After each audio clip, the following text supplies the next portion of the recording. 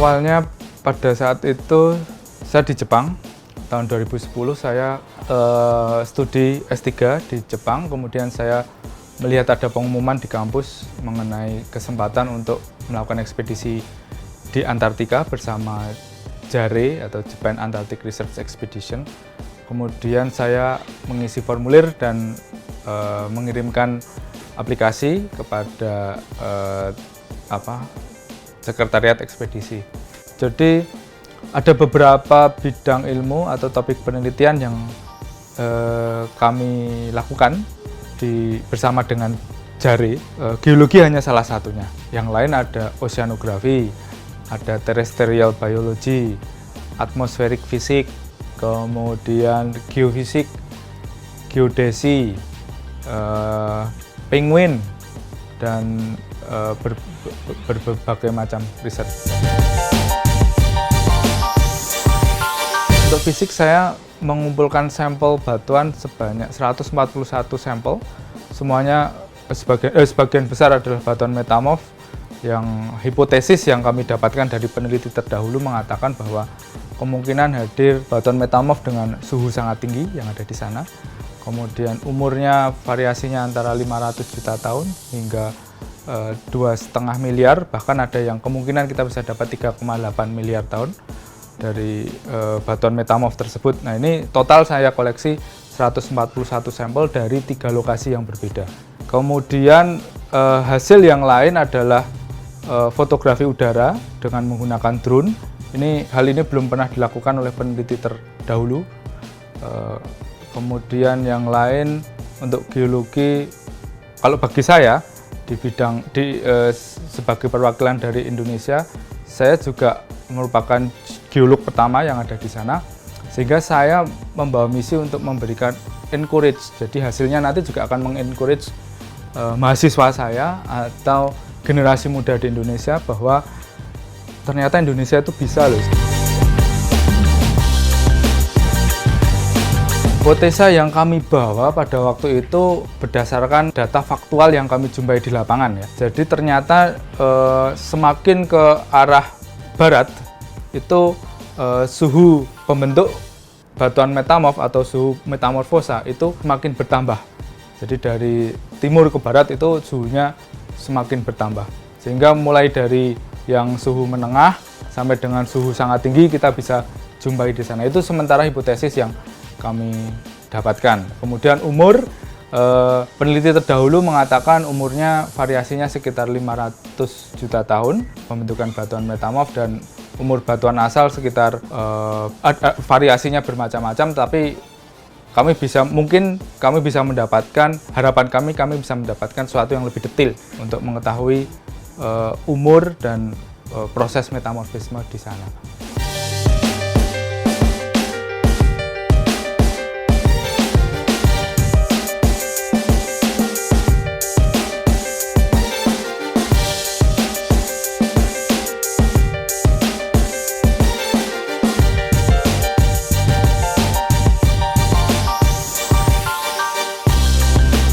Ini total disponsori sebagian besar ya, saya bilang disponsori oleh Jepang, jadi segala macam biaya yang dikeluarkan itu disponsori oleh Jepang. Akan tetapi dari universitas ini membantu untuk proses persiapan. Jadi persiapannya tidak sedikit biaya yang saya butuhkan. Jadi dari Jepang itu hanya disediakan contohnya 1 set pakaian ekspedisi musim dingin, 1 set pakaian dalam untuk mengatasi suhu dingin, hanya 1 setel saja. Dan itu saya pikir kurang ya. Jadi saya harus melengkapi sendiri, saya harus berbelanja sendiri untuk persiapan ke lapangan dan perlengkapan menghadapi musim dingin. Nah, ini dibantu oleh atau disponsori oleh universitas, yaitu dari Departemen Teknik Geologi, dari Fakultas Teknik, dan dari Rektorat sendiri, dari UGM. Sebagai negara berkembang dengan banyak daerah yang masih kurang sejahtera begitu, kalau untuk menghabiskan uang untuk membangun stasiun penelitian di sana, membangun kapal ekspedisi yang luar biasa seperti Jepang, saya kira masih belum perlu. Tetapi kita bisa berkolaborasi.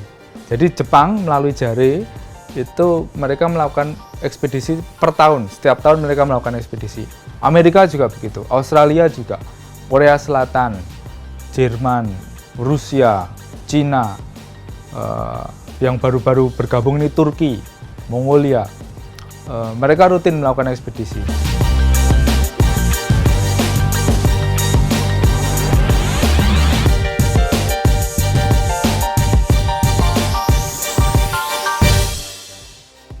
Kesulitannya adalah cuaca yang tidak bisa diprediksi. Sebagai contoh, saya juga ada satu lokasi yang rencananya akan kami datangi, yaitu di daerah Skarfness. Itu harus kami batalkan walaupun helikopter sudah mendarat. Ketika kami menurunkan logistik dari helikopter, ternyata tiba-tiba badai datang. Jadi salju mulai turun dan angin kencang mulai turun. Seketika itu pula kami dievakuasi. Kami putuskan untuk kembali, ayo kembali semua, kami kembali ke helikopter, dibawa kembali ke kapal. Jadi helikopter ini kembali ke kapal, kami tinggal di sana menunggu sampai cuaca membaik. Sehingga terpaksa kami batalkan lokasi tersebut. Cuman ada satu kejadian yang sempat membuat kami menjadi panik atau menjadi gelisah. Karena begini, tim dari Terrestrial Biology, jadi dia fokus untuk meneliti penguin dan anjing laut ya. Mereka di drop menggunakan helikopter, diantar menggunakan helikopter pada suatu tempat, kemudian ditinggal oleh helikopter. Jadi mereka bekerja, rencananya adalah one day trip, jadi nanti sore hari akan dijemput. Jadi mereka diantar pagi hari. Ternyata pada waktu penjemputan terjadi badai, bahkan helikopter pun tidak bisa terbang dan turun untuk menjemput mereka. Nah, mereka harus menunggu sampai badai reda di lapangan,